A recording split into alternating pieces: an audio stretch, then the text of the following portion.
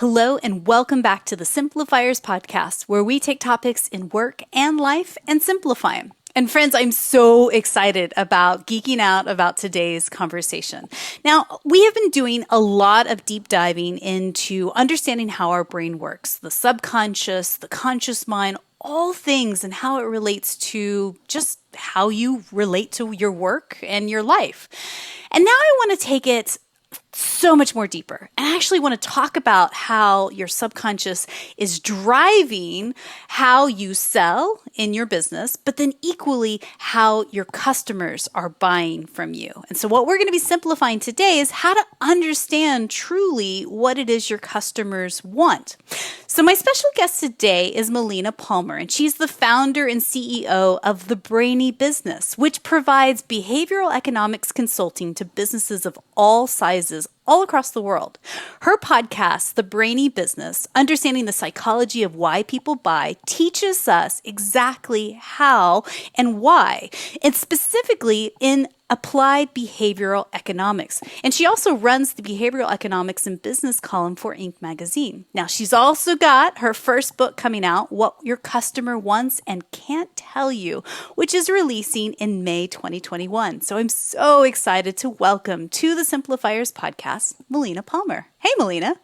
Hi, thanks so much for having me. I'm glad you're here, and I'm glad to talk to another person who is so fascinated by how the brain works, as much as I'm starting to get into it. And I feel like you're probably like expert level, like you know this stuff, and I feel like I'm just scratching the surface. And the thing is about working with the brain is that once you understand, it's like glitching the matrix sometimes. It's like, oh, that's going on underneath it. So Melina, maybe we should start off, first things first, let's simplify. What is behavioral economics and why is it important to understand it, especially if you're a small business owner? Yeah, so it is definitely a lot like the Matrix once you start seeing some of these things. But I just like to say it's the psychology of why people buy, understanding the decision-making process of what's happening in the brain and in the applied space. And what I do is helping people to better communicate, have a more streamlined process with customers and peers and coworkers and whatever that is, just to make it easier for people to do business with you. And so that is related to consumer science, right? That's the one and the same, or that is consumer science different? There's yes, it's part of it. So behavioral economics is basically considered to be a subfield within behavioral science. And that is all a mix of psychology and economics and neuroscience and consumer science and customer experience journeys, like philosophy, like all these come together to make this amazing field of behavioral science and my a little bit more niched space of behavioral economics where I do a lot of my focus. And so anybody that's listening, I want you to take today's conversation with two different scenarios. One is think about the last time you went grocery shopping and see how the things that Melina shares is totally at play in what you put into your grocery cart and actually purchase that day.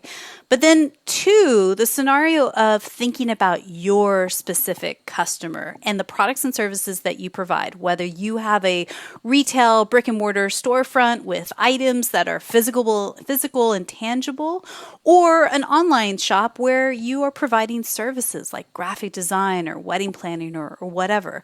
Because I think and I hope you'll see how it applies to both being on the side of being the seller and being on the side of being the consumer, right? Absolutely. And when I talk about this on the podcast, in the book, when I teach this at Texas A&M University, I really try to help people to see what's going on in their own brain first. You know, if you have those moments of, oh my gosh, I totally do that, or I did that, when the little trick sort of came up of the way I ask a question or how we look at something, you see, wow, I did that. And then you think, well, everyone else must do that too. And then it makes it easier to be ready to then implement and look for ways kind of around that. So understanding it for yourself is really important in addition to then kind of building upon that when you're working with others. Very good point. And, if you listen to episodes earlier on in this season, earlier this year, the brain guy, Scott Robinson, he broke down the different aspects of the brain, whether it's the conscious brain or the subconscious mind. Now, for you, Melina, when you talk about the subconscious, do you use subconscious or unconscious, one and the same, right? Essentially, yes, you can call it what you want. I say conscious and subconscious.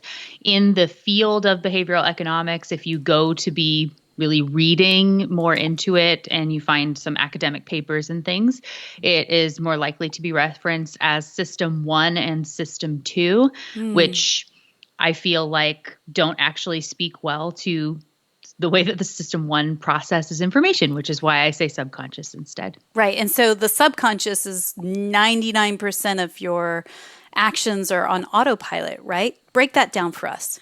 Yeah. So when we think about what your brain does, if you were just to say, what does my brain even do? And you're thinking about thinking, you're aware that you're thinking, anything that can come to mind is really in that conscious cognitive processing space. What you would like to think is what your brain does most of the time. And you have a subconscious, you've heard of it, but it's just there, right? Yeah. We don't like to think about that too much. But yes, 99%, and the highest I've seen it quoted and studied is at 99.999% being done on that subconscious level.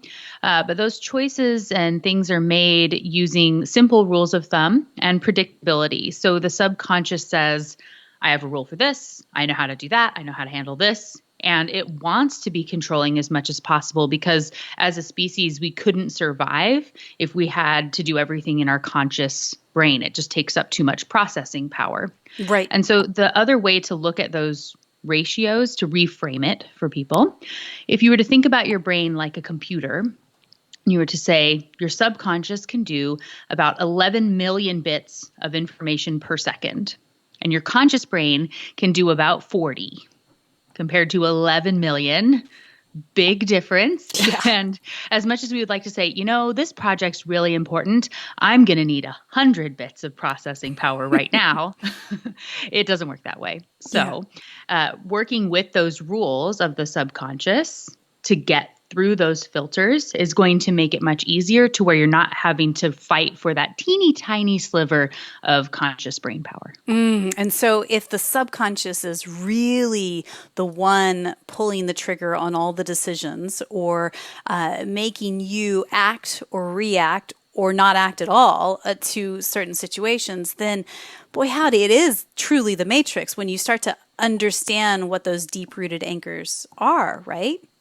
Yeah, absolutely. And where you were saying there, you use the word anchor, so that can be a study that I'll kind of reference here as we go, which is if you were to go into that grocery store, like we're talking about, and you were to see that the yogurt is labeled as 10 for $10, and last week it was $1 off or $1 each, you might think that it doesn't make a difference, but people buy twice or three times as much when it's labeled as 10 for $10 than $1 each because of the way those numbers are presented. And another study I really love was looking at Snickers.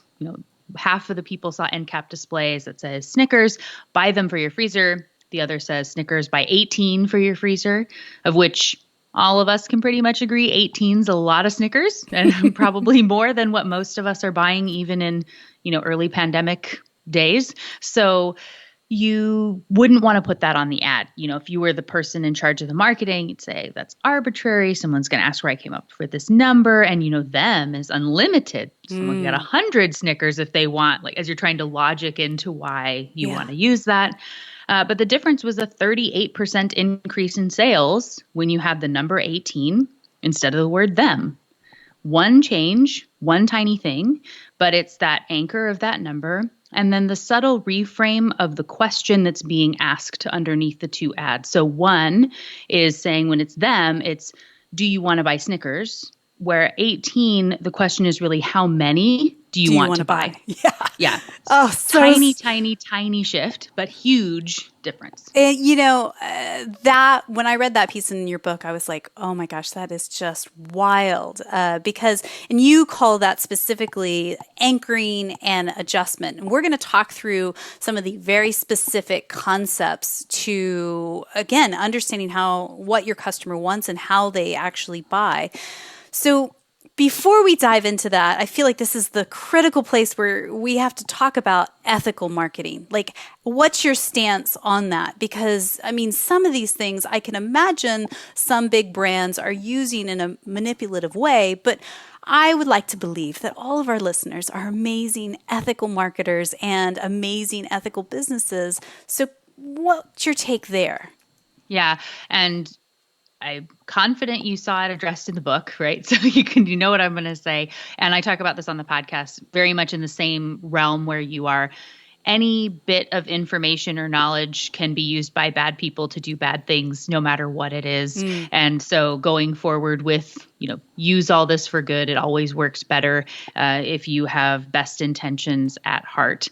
And so in the way of behavioral economics and behavioral science, we have the concept, and this is one that won a Nobel Prize. So we really build all of our work around what is called a nudge, and to where you are trying to make it as easy as possible for someone to make the best possible decision for them. That's really the way that you set things up. But they have free will and they can choose something else at any time if they want. So all the options are still present for them. Right. There's one of the kind of quintessential studies in that was talking about, where you place things in the lunch line in the cafeteria. And so when desserts are at the front of the line, kids in the cafeteria were 25% more likely to choose them. When they're at the back, they're 25% less likely to choose them. And you're going to get what's at eye level, whether it's French fries or carrot sticks, right? Right. So that's a nudge. Picking where you put it in the line. Banning junk food is not. The choice is removed from that process. So then you're getting out of that behavioral science space. And it's not to say that there shouldn't be regulatory constraints and things like that in various fields, but you're getting out of that behavioral science aspect when you are forcing a choice. That's what we would call a shove, or when it's sleazy, it's called sludge instead of a nudge. So a nudge, a sludge, or what was the other one? Shove. A shove. Oh, God, it's so brilliant. And, I think a lot of us, we know this sort of, but we haven't really applied it in a very practical way. And I think maybe breaking it down, even going down to the simplest parts of how the brain works, helps us to understand like, well, that's at play. Then how does this affect our pricing? How does this affect our next big launch for a course or a coaching program or whatever? So let's back up a little bit. Let's talk about the 4 feel-good brain chemicals that are out there. So what are they and what are they linked to? Yeah, so we have the dose brain chemicals, which is dopamine, oxytocin, serotonin, and endorphins. In the book, I mostly look at dopamine, and dopamine is tied with anticipation and motivation and reaching goals, which is why it's really important for businesses to be able to understand. And when you look at anticipation, it's something to where we like to think people want the thing and they won't be happy until they get the thing, and the joy is in getting the thing. And yes, there is a benefit in reducing friction and making it easy for people to buy. However, a lot of the thrill for the brain is in that anticipation of knowing if it's going to work out, if you're going to win the prize, is the hero going to make it through this trial and tribulation of the story. Yeah. Once it's resolved and you beat the level on Candy Crush, you don't care as much anymore. You want to try for the next one. It's the, oh my gosh, there are only 3 moves left. Am I going to do it? Is where your brain is excited. And then when you win, you go, what's next? Now I want more dopamine somewhere else. And that I felt was really fascinating. In your book, you talked about that. Like, where is the point where the dopamine is the most? Is it the anticipation leading up to pressing the button with the mouse and all the thing? Is it pressing the button? Is it actually getting the treat? Is it the satisfaction afterwards? And it was actually the pressing the button part where the dopamine was the most, right?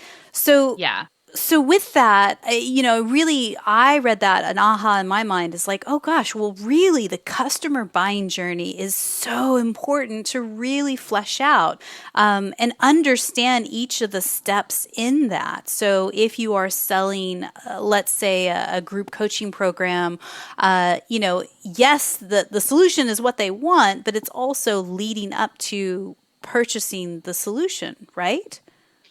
Yes, there is definitely that aspect, and knowing that there's a lot of value in that search process and the evaluation. I think this is a good moment to talk about it as a person who's creating content. So the end of the book, part 4, is called Don't Get Stuck. And it's like 8 pages. It's very short, but very important. And it's talking about these concepts within the brain that, you heard the great podcast or went to the conference or read the book and you're like, yeah, this is awesome. And come Monday, I'm going to change everything. It's going to be amazing. And then it's Monday and you fall into your old ways and you start checking email and then you just sort of forget about it. Yep. And it's because our brains love the status quo and predictability based on how they're built. And so it wants to keep you safe. So it is programmed to do that.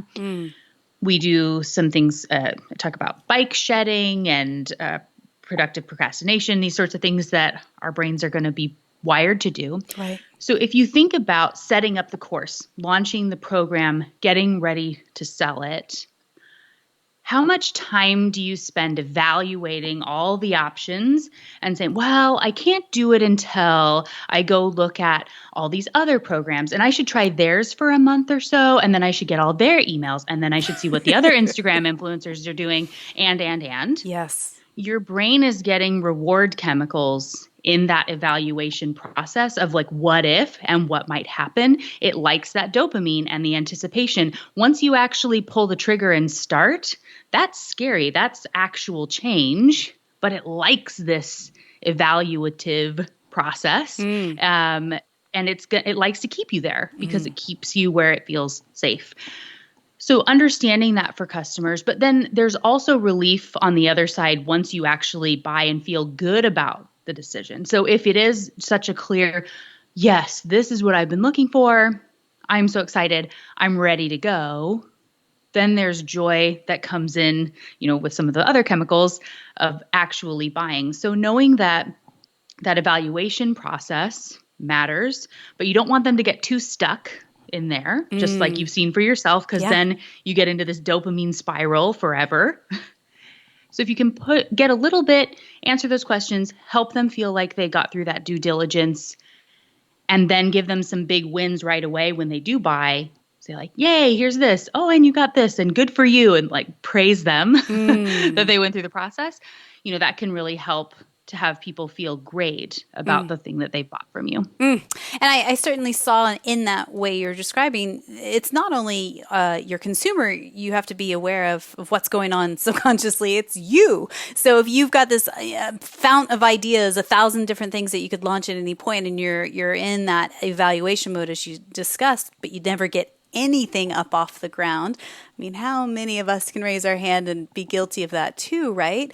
That's also potentially at play. And, I think it's learning. It's learning without shame or guilt or any of that. It's just like, oh, actually, that's what's going on. So now I can zoom out a little bit of whatever and start to take small, incremental, imperfect action every single day, right? Yeah, so you're definitely able to see, and I have an episode on bike shedding, and so that's one of those, once you know it's there, getting back to that matrix piece where you feel like you have to look at 10 more or check out all these other websites, blah, blah, whatever it is, you can say, what's the worst thing that would happen if I just picked one. If I was to just start going, what's going to happen? How bad could it actually be? Can I change my mind down the line? Is this my bike shed? And the reason it's called bike shedding, just because now I've talked about it a lot, so I feel like I should say, is there was a guy that was doing research back many years ago, and there was a team that was supposed to be building this nuclear power plant and doing all the designs for it. One of the aspects was to design the bike shed from where workers would be storing their bikes. And the team spent a disproportionate amount of time planning that shed, which is very inconsequential and was not really important, but it was the safer thing. It felt okay. There's not as many consequences or problems doing this. But we can't work on the full plant until we get this thing right. And, they just spent meeting after meeting talking about this stupid bike shed that has no value whatsoever. So being able to take that into consideration to say, like, will it really matter if the bike shed doesn't even exist? Yeah. Like, does it impact the power plant? Probably not. Yeah. So interesting. So I want to shift gears a little. And I specifically want to talk about those that are listening might be looking of ways to improve their pricing model or ultimately to increase sales, right? So let's talk about a few concepts of behavioral economics that actually helps people do that. The ones in particular that I'd love for you to simplify are framing and priming first. So let's talk about framing first. What is that? And specifically tell us about the negative flip of numbers, which is so smart. Yeah. So in the case of framing, we are looking at how you say something or present something matters much more than what you are specifically saying. And so I like to give the example, again, grocery store, which is maybe why you said that as something to be looking at because it comes up in the book a lot. But, say you're going in, you're going to be making spaghetti tonight. You need to get some ground beef. There's one stack labeled as 90% fat-free, the one next to it labeled as 10% fat. Which one do you want? And I've given this presentation many, many times all around the world. Well over 90% of people say 90% fat-free is the way they would want to go. It sounds and feels much better. We say, oh, it's been like a year since I've been into a gym, 10% fat, where's that going? It's the same thing. Logically, we know, but to the subconscious, it feels different because of the way that it's presented. And looking at the numbers, the way you say it, makes a big difference. And going back to that Snickers example, the slight reframe of that underlying question is very important in what we're looking at. So I had a client once that was looking, I said, go find some numbers that we can be putting on your site, like, 87% of people buy again or something like this. Yep. And they came back, said, okay, we've got it. And it's 78% come back and get another product, and they were ready to put it on the site. I said, no, when we're at 78, it doesn't sound as good as 87. I instantly think of a C in school, right? Right. Ooh, C. Which, for me is like, I remember if I would have gotten a 78, it was like, I failed. So 78 just doesn't feel good. But instead to say 4 out of 5 feels great, right? 4 out of 5 dentists recommend that toothpaste or whatever it is. It's saying the same thing. Yeah. It's just slightly reframed and you hear it completely differently. And so going through that process, and in the book, I have after each of these concept chapters, there's a how to start applying it yourself piece. And so with that, to say, write it both, write it as a number, write it as a percent, write it as an out of, write it as a statement. Maybe it's more than or something, it all makes a difference, but also write the bad way to say, 1 out of 5 people don't get this. Just to think through all those possible frames. It's important when you're thinking about how to shape that information and present it.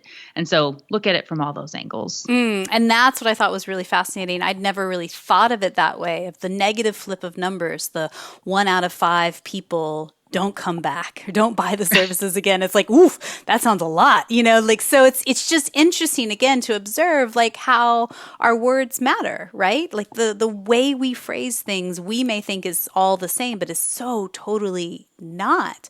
So then to go a little bit deeper, I mean, there's been a wave in the last 5 years, at least I've noticed, especially in the coaching world, where people will end their pricing in like 5 or 7 or 9 or 0. Like, what's your take there? What's actually better?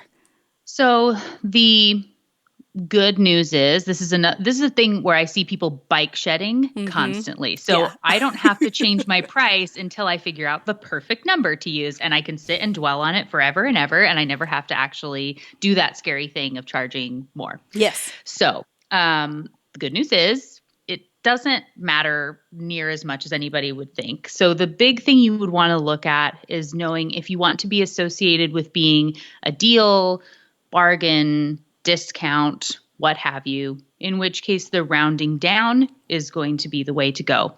If you are selling a luxury type of a good, if you're a gift, if it's wine or whatever that is, those even numbers work better for you. Like, while sometimes maybe you want some discounts on wine, but that's not really what you're looking for, right? Yeah. And so being able to have those rounded even numbers is better if you're a gift or a luxury item. And if you're not going to be that, you want to be a deal, whether you want 9, 7, 5s, it doesn't really matter. You can pick whatever feels best for you and then really just be consistent along the way with that. You don't want to say like, this one is $5.97 and that one's $3.99. And it's better to just have some consistency for your own mental well-being and let those go. So let's apply that to a real life situation. If you're a wedding planner and you've got a small, a medium, and a large package, what you're saying specifically is if you do decide to end your pricing in a 5, 7, or a 9, make it consistent across the board. The small is $19.95, the middle is $39.95, and the large is, I don't know, $89.95, right? Yes, definitely would want to be doing that. And then knowing again, if it's something that is a gift, or in the case of wedding where there's a luxury piece, potentially you could be on even numbers if you want. And knowing that when you're rounding down like that, when it's the second digit in that's going to come down. So just to use the $89.95 as an example, because that first number doesn't necessarily, if the first number doesn't change, so let's say, so when it's $89.95, that's fine because it's coming down from 9,000. Right. If it was $88.95, going from 8,900 to 88.95 is not as big of a difference because it's one digit in from the left. And one other thing just to keep in mind with pricing, if you're not wanting it to look as big, get rid of the cents. So decimal points and commas, whenever you can remove them, are going to help a number to feel smaller. Interesting. So interesting, you guys. I feel like everybody right now just went press pause and they went, what? Like, go like write it out. Writing it all down. And test it. And that's the best part, right, Melina? Like, you test it for 30 days in the market, see if people are buying more or not buying at all. Or, if you're a service provider and you do discovery calls as part of your sales process, maybe that's the metric to track. Like, how many sales calls have you booked this month, now that you've changed that price ever so slightly, right? Yes, definitely. And, you asked about priming and we didn't get a chance to really touch on it. But what I would say about that is when you're selling anything, the biggest issue that comes up is people are often uncomfortable with their own prices, especially when you're an entrepreneur. Lots of people are. It's okay. But if that is heard in the way that you talk about it, you are priming people to think it's too expensive and they're going to ask you for discounts. So instead of saying, well, I know we have this package and it's $89.95 and I know that it's a lot and it might be difficult, but it's worth it. Like they are going to have a very different experience than we have the gold luxury package at $89.95. We also have an option at $59.95, which sounds like the best option for you, and then you're able to present them when you have that confidence and just stop. And even if it's excruciating for you internally, when you say the number, just exist with it, waiting until they make a choice and know that it's a good price. It will make a big difference. And, I think what's interesting about that, so many, many, many, many moons ago, at the beginning of the Simplifiers in its existence, we were wedding planners and we did sell to a luxury market, and our high-end price at the time was roughly right there.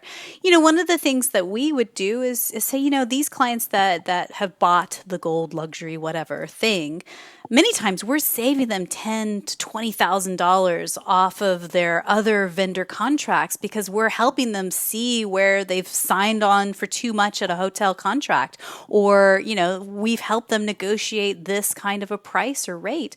That's also priming too, right? Of like perceived value and true value, really, of what it is, right? Right. You're using your anchoring to show a value of something else that they're going to save down the line in the way that you're framing and setting up this experience that they're able to tie into. We're a herding species. Like it's all the concepts that come in together to be able to make a difference. And the other thing in pricing that I see people constantly get wrong, where your logical brain thinks that you should present one way, but it's actually better to do the other, is you feel like you want to start low and work your way up. And you should actually start high and work your way down. It's that same anchoring effect again. It makes a big difference on what people end up choosing when you present options that way. And just like buying a car, right? They don't tell you what the base price is and go, oh, do you want to add on the da-da-da-da-da-da? It's like, here's your car. What do you And then if you want to take something away because we're loss averse, then you go, well, like I could use that backup camera. I mean, it's only an extra $2 a month. Whereas if they say to add the backup camera and you go, oh, $500 for that, your brain, again, your gut subconscious feels one way, and then you're going to logic it, and the frame of how it's presented makes a difference of what feels best. And then, what I thought was interesting in the priming chapter, you talked about like when people see repeating numbers like 11:11 on the clock, like what's going on there? So we tend to see and feel that there's a tie-in for stuff, and you think, oh my gosh, I always look at the clock at 11:11 or 5:55 or 12:34. And you had made the joke about Mercury being in retrograde at the beginning. It's all the same concept. Yeah. You looked at the clock hundreds, if not thousands of times in between, but your brain didn't think it was important enough to flag your conscious about. So the subconscious has a rule. When you notice it's 11:11, it says, oh, that's funny. That's an interesting time. And that's the only one that you actually notice. Everything else just wasn't important enough to get through the filter. So where people will say, if you ask them, there's a reason the book is called What Your Customer Wants and Can't Tell You, because they don't know what is incentivizing them to buy something. And if they say, I don't look at Facebook ads, I'm not swayed by that sort of thing, the number and the price doesn't matter to me, I'm smarter than that. It's just not true. The subconscious is influenced by those things, even if we can't articulate it on a conscious level. Right. Yeah. And so when you talked about like in the priming section about sound or smell or touch, like specifically the example of the music that's played in your grocery store is actually specifically programmed to have you buy more stuff and linger more, right? Talk to us about that. Yeah. So there's if the music is slow, you may take longer when you're walking through than if the music is fast. There have also been studies showing where, if German music was playing, people were more likely to choose the German wine than on the times when the French music was playing and you get the French wine. And that's where people will say they didn't even notice. They couldn't tell you what music was playing, but it did influence their choice when they were buying, because again, subconscious is hearing that and it's going to be impacting that decision. So keeping that in mind then for the service businesses, digital only type stuff, the imagery that you have on your website. So there's also people were more cooperative in a room that had a backpack in view than one that had a briefcase in view. So being really cognizant of what's in the imagery that you're putting onto your website, and someone holding a briefcase, or if you want to have the like power suit person to show that you're selling to them, but it actually might make them come in with a different vibe than what is actually going to make them be likely to cooperate with you. Maybe you're setting them up to negotiate and ask for discounts when that's not really what you want. Yeah. So keeping that all in mind. Well, isn't the bottom line when it especially comes to your website is that they need to see themselves in the imagery that you provide, but it's not just they need to see themselves as who they are now, but who they want to be as well, right? Is that a play? Yes, and there are it all depends on many different aspects and the specific goals of a business and what you're trying to do and achieve in a specific moment. Right. I know we already said I teach at Texas A&M University through the Human Behavior Lab, which is the largest academic behavior lab in the world. And we do EEG brain scans and facial recognition and eye tracking and skin response and all these things to be able to see what people are looking at when and what's happening in their brain and how that is tying in with the experience that you're trying to get. And really, can predict with 84% accuracy if someone's going to buy without even asking them if they want to buy based on that research, to be able to see what's happening in the brain on some of those studies. And so knowing sometimes you want to have this reaching out goal achievement space of who I could be at the end. And then in some ways motivating of what you don't want to be and what you don't want to be your old self anymore, and having that kind of chasing you, could be more impactful in a different setting. So it makes a difference. You can pick, but I guess one of my colleagues at A&M wrote a book called Marketing to Mind States that's looking at some of these flip scenarios. So you can choose, do you want to be in that reaching achievement side, or more in the like avoiding something bad? And the clients, there are enough clients for you on either side, but pick one. Right. And go with it. Well, and I'd heard somewhere along the way, I mean, the solution as a heart-centered business, somebody who genuinely wants to help your clients and help make a positive impact on the world, are you helping people take one step away from their pain or one step closer to their hopes and vision, right? Like that's what you're saying there, isn't it? Right. And you could test both ways to see what's going to resonate with your particular audience. And so knowing there are some people who are motivated by avoiding bad things. Right. There are other people who are more motivated by achieving great things. And they just fit into one of those two camps just by nature. That's how they are. And so the messaging that you would have, you pick the people you want to work with as clients, that what resonates with you. And depending on which camp you're in, that might be different from one to the next. Neither is bad. It's not sleazy or bad to be saying, avoid that terrible thing. It helps motivate some people genuinely, whereas it doesn't for others. So pick which lane you want to be in. And if you're not sure, maybe look at what your competitors are doing and try to do the opposite. And that can help you to stand out. And there's a whole group of potential clients and customers then that are being ignored in your industry. And you can be a really great resource for them just by talking about it a little bit different, by reframing your position. It's so fascinating. And, as you talked about earlier, loss aversion, what motivates people? Is it losing something or gaining something? And you had said in the book specifically that gains are not the key to driving behavior. Losses are.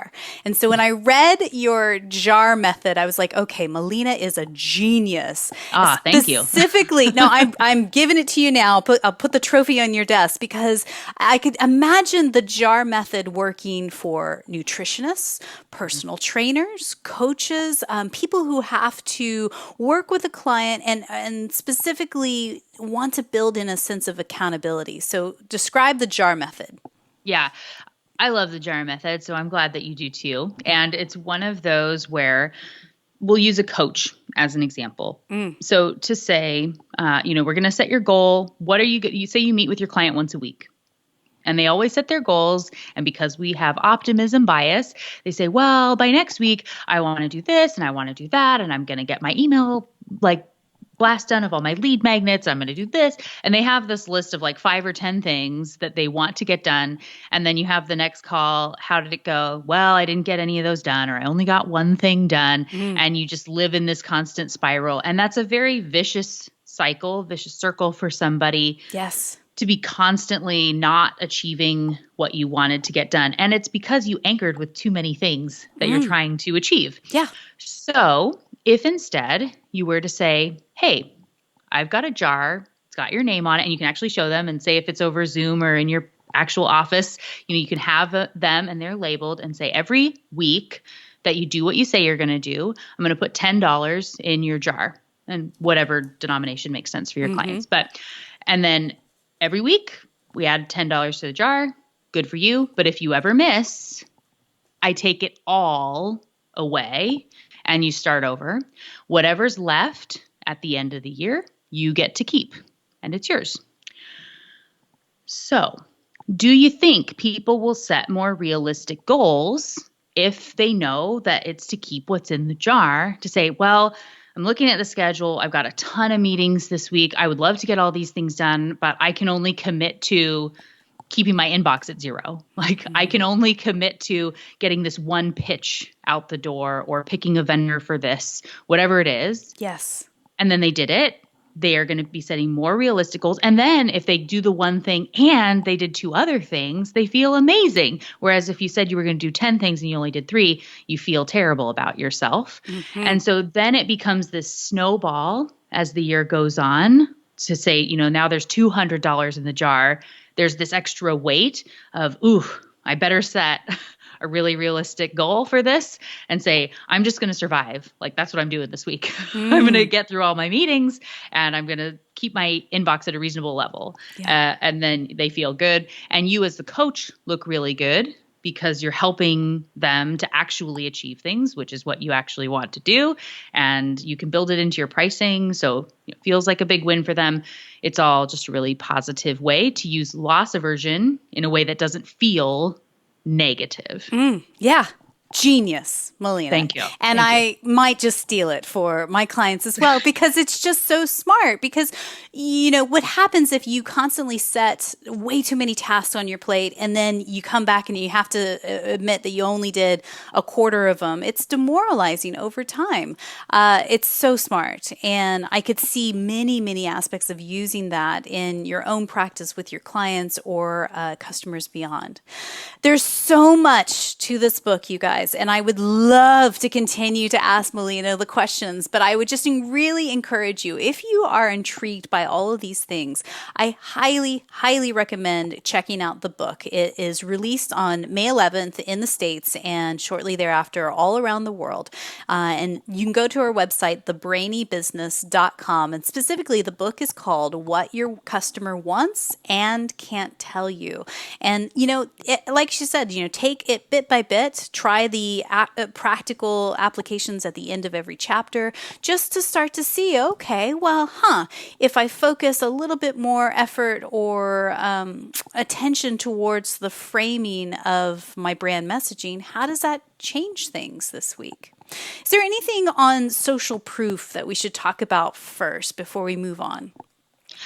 So I would just say with social proof, because we're a herding species, which I hinted at a little bit earlier, we are influenced by knowing that other people did some due diligence and were there before us and made that choice, and it helps us to feel safe. So anytime that you can have the Yelp reviews, 5-star images put up, you have however many ratings, the number of Twitter followers you have, right, those things that you can be touting to be able to show that other people are there first. It's very intentional, like in my bio where it says that my podcast has downloads in 170 countries and however many people, and there are these however many 5-star reviews of it and things like that. It definitely influences feeling like it's worth my time and investment to overcome that little tiny hurdle. And we may think, well, people can find that themselves, or they'll figure it out, or they should know that this is the most popular product or the best deal. They can do the math. No, you Yeah. want to tell them not too many things because the brain will get overwhelmed, but really that key thing that helps to see this is the most popular, this is the best deal, and look, here's 10,000 people that have rated it, helps them to feel good about that choice. And studies show they'll like it more whenever they buy in on whatever that is. Yeah, and don't fall into the trap of, inserting a bunch of industry jargon into your brand messaging or website, because all that is just going right over their head, or they feel like, oh, this, I don't get it. It's not for me. And they bounce right off to another thing that does speak in their language in simple ways that they understand. So I know you talked about like 6 different types of social proof. Let's run through those real quick. Expert, celebrity, user, wisdom of the crowd, wisdom of friends, and then certification. Which one of those you feel is like the most powerful when it comes to social proof? Or is that depends on the situation? Yes, most everything has some where it depends. The one that is probably most easy for people to use and implement and understand would be the wisdom of the crowd, which is a lot of what we were just talking about. The star reviews, the ratings, the however many people who have been here before, seeing others who have done it. There's a next level to that, which is the wisdom of your friends too. So there's more influence. Like if you think about if you've been invited to like a page, say on Facebook or something, and it'll say, Mary and 8 other friends like this. You are more likely to go in where if it just says 1 million people like this, go, okay. Yeah. But yeah. Whereas if it's somebody I know that I trust, who I know is like me, being able to include that makes a difference. Of course, if you have access to celebrities, their Oprah effect is a real thing. So, if you've got Oprah, get her to say that she endorses you, or a Kardashian to use your product or whatever it is. But there's benefit in all of those aspects of social proof when used in the right context. So smart. Again, the book is out a week from now, but you can go ahead and pre-order today. There is a free link for a free chapter of the book in our show notes, thesimplifierspodcast.com, or you can go direct. It's thebrainybusiness.com/simplify. So, Melina, I have a few questions as we wrap up. And again, thank you so much for your time and sharing all this. I think you've piqued a lot of people's interest, and I hope that they go out and run and get the book because it is well worth it. My first question for you is this. Tell us what's one book or blog that you're reading these days that's either inspiring you or poking holes and challenging your belief system. I would say I just interviewed someone for my own podcast, a behavioral scientist whose name is John Levy. His book comes out the same day as mine. It's called You're Invited. And he's looking at ways that you can use the understanding of the brain for better connection. And so he's been hosting these influencers dinners for years where he invites Nobel laureates and Olympians and Grammy Award winners, and nobody's allowed to talk about what they do or give their last names. And they all make dinner together and have to chat, and then they find out who everyone is at the end, and they get these deeper levels of connection. He has tips for businesses and creating online communities from the lessons he's learned from hosting over 200 of these dinners. It's a really cool book. So check that one out too. That's a great recommendation. We'll put the link in the show notes for people. I have a feeling maybe he's the answer to the second question, but maybe you've got a different person in mind. Tell us who's one person in your network that you just feel is up to brilliant things we could shine a spotlight on, and who knows, maybe one day we'll have them on the podcast. Yeah, well, I strategically chose to pick a different person for this, Yes. to which I could say we could shine a light on Michael F. Shine. And he is another person I recently interviewed on the podcast. His book is called The Hype Handbook, and is talking about how you can use psychology and understanding what influences people to help gain your big following of people who love you. And he's got stuff about and make war, not love, where I was talking about kind of going to that other side of what everyone in your industry is doing, falls in line of helping you to stand out and have a crowd of people that loves you. So I would say Michael F. Shine is a good one too. Brilliant.